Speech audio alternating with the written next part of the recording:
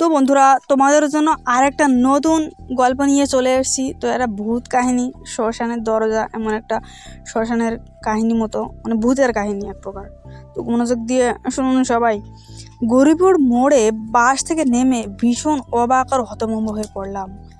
দেখি সকল দোকানপাট বন্ধ হয়ে গেছে, তার উপর কোথাও কোনো জনমানবের চিহ্ন মাত্র নেই। হাতের ঘড়ির দিকে তাকাতে আমি চমকে উঠলাম।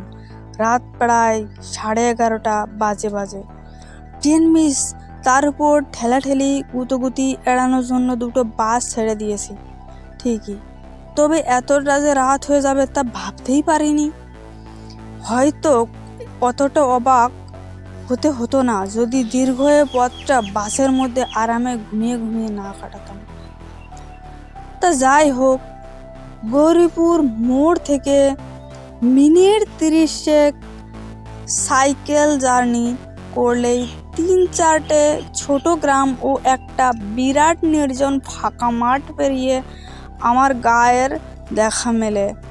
গৌরীপুর মোড় থেকে ডান হাতি রাস্তাটায় হনহনিয়ে ঢুকে পড়লাম আমি।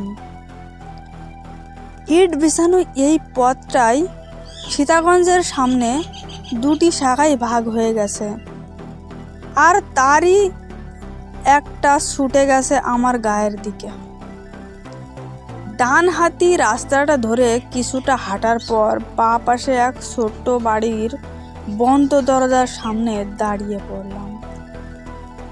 লোহার টিন বাঁধা সে দরজা, দরজার উপরের দেওয়ালে বাংলায় মোটা মোটা অক্ষরে লেখা, সাইকেল জমা রাখা হয়।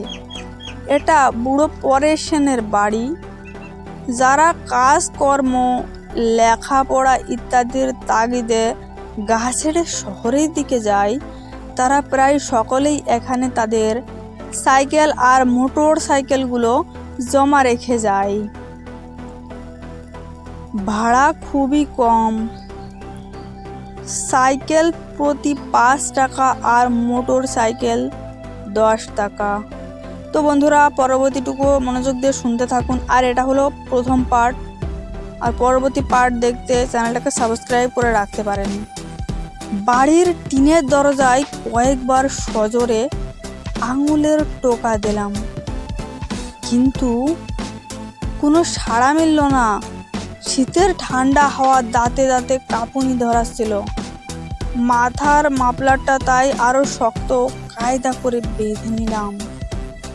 হাতের তালু দুটো ঘষতে ঘষতে ডাক দিলাম, কাকু দরজাটা খুলুন, সাইকেলটা নেব। তারপর আরো কয়েকবার আঙুলের টোকা দিলাম, তাও কোনো কাজ হলো না। খুড়তুতো এক দাদাকে ফোন করার জন্য পকেট থেকে মোবাইলটা বের করে দেখি, বেচারি খিদে পেটে কেঁদে কেঁদে কখন ঘুমিয়ে পড়েছে। এক বিরক্তিসূচক শব্দ করে দরজার দিকে ফিরে দাঁড়ালাম। দেখলাম ওপারে একটা কুঁজো কালো মূর্তি অন্ধকার ঠেলে দরজার দিকে এগিয়ে আসছে। কিছুটা সামনে আসতেই লোকটার হাতের হ্যারিকেনের মৃদু আলোয় তাকে স্পষ্ট চিনতে পারলাম। হ্যাঁ, দোকানি পরেশ সেন। এতক্ষণে আশ্বস্ত হলাম, মনের অনেক দুশ্চিন্তা দূর হলো, মাথাটাও খানিক হালকা হলো।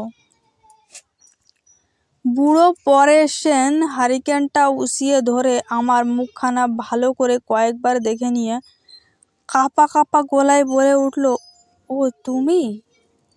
তাই এত রাত অবধি কোথায় থাকো বাপু?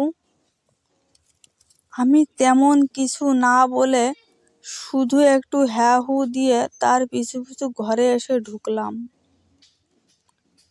বুড়োর সারা শরীর কালো মোটা আরামদায়ক চাদরে ঢাকা, মাথায় মাংকি টুপি, পায়ে এক জোড়া ছাল ওঠা কালো বুট, আর চোখে সেই চেনা মোটা ফ্রেমের চশমাটা। কয়েক সেকেন্ড বাদে টর্চ হাতে দরজার বাইরে বেরিয়ে এসে সাইকেলে চড়ে বসলাম। আর তৎক্ষণাৎ বাড়ির মোটা লোহার দরজাটা সশব্দে বন্ধ হয়ে গেল। তো বন্ধুরা, এটা প্রথম পার্ট ছিল, আমি আগেই গল্পের মধ্যে বলেছি। আর এর পরবর্তী পার্ট দেখার জন্য চ্যানেলটাকে সাবস্ক্রাইব করে রাখতে পারেন, আর বেল আইকন অল অপশনে সেট করবেন, না হলে আপনাদের কাছে নোটিফিকেশন পৌঁছাবে না। তো আজকের জন্য এটুকুই, ধন্যবাদ।